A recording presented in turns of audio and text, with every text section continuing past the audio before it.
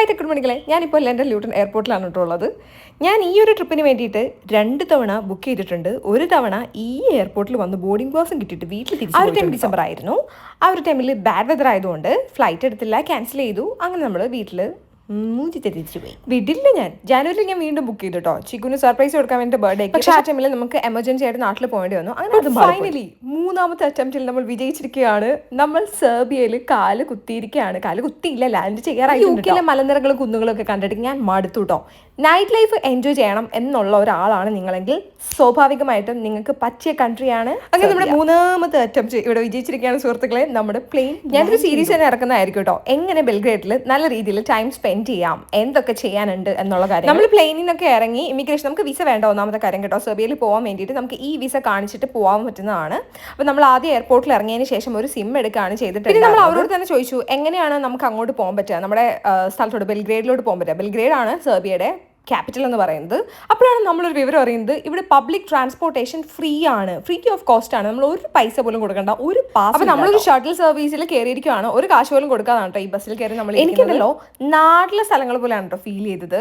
അതായത് സൈഡിൽ മരങ്ങളാണെങ്കിലും ബിൽഡിങ്ങുകൾ, അതുപോലെ തന്നെ നിങ്ങളുടെ ചാർജറും കാര്യങ്ങളൊക്കെ സ്ക്വയർ പിൻ ആണെന്നുണ്ടെങ്കിൽ ഒരു അഡാപ്റ്റർ കൊണ്ടുവരിക. ഇവിടെ റൗണ്ട് പിൻ ആണ് കേട്ടോ. ഞങ്ങൾ പെട്ടുപോയിട്ടുണ്ടായിരുന്നു. പിന്നെ ഞങ്ങൾ ഒരു മൊബൈൽ ഷോപ്പിൽ കയറിയിട്ട് സാധനം. ഇവിടെ വരുന്നവർ പ്രത്യേകം ശ്രദ്ധിക്കുക, ഒരു ഹാറ്റും ഒരു സൺഗ്ലാസസും ഒക്കെ കൊണ്ടുപോരുക. നല്ല പൂര വെയിലാണ് കേട്ടോ.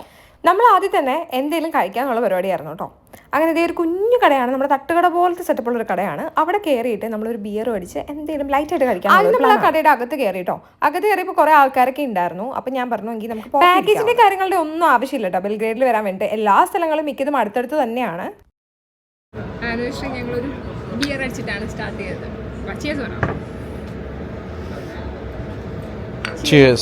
അങ്ങനെ ഞങ്ങളുടെ ആനിവേഴ്സറി ഞങ്ങൾ ചിയേഴ്സ് ഒക്കെ പറഞ്ഞ് സ്റ്റാർട്ട് ചെയ്തു. പിന്നെ നമ്മൾ സെർബിയയിലെ ട്രഡീഷണൽ ആയിട്ടുള്ള ഒരു ഫുഡാണ് കേട്ടോ ഓർഡർ ചെയ്തിട്ടുണ്ടായിരുന്നത്. ഇത് സോസേജും പിന്നെ എന്തോ സൂപ്പ് പോലത്തെ ഒരു സാധനം കൂടാണ്. ഇതെന്താന്ന് അറിയില്ല, ടേസ്റ്റ് നോക്കിയിട്ട് ചിക്കു തന്നെ പറയട്ടെ എങ്ങനെയുണ്ട് നോക്കി കൂട്ടാ. നന്നായിട്ടുണ്ട്. സൂപ്പ് പോലെയാണോ?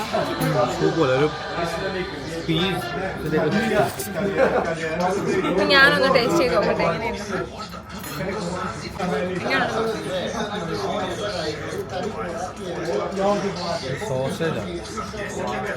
What's your name? Ivana. Ivana, nice name. It was really good. Yeah, it was really nice. I'm so happy. Thank you. അപ്പം ഇത് ഇവാന നമുക്ക് ഈ ഫുഡ് ഉണ്ടാക്കി തന്നത് ഈ കുട്ടിയാണ് കേട്ടോ.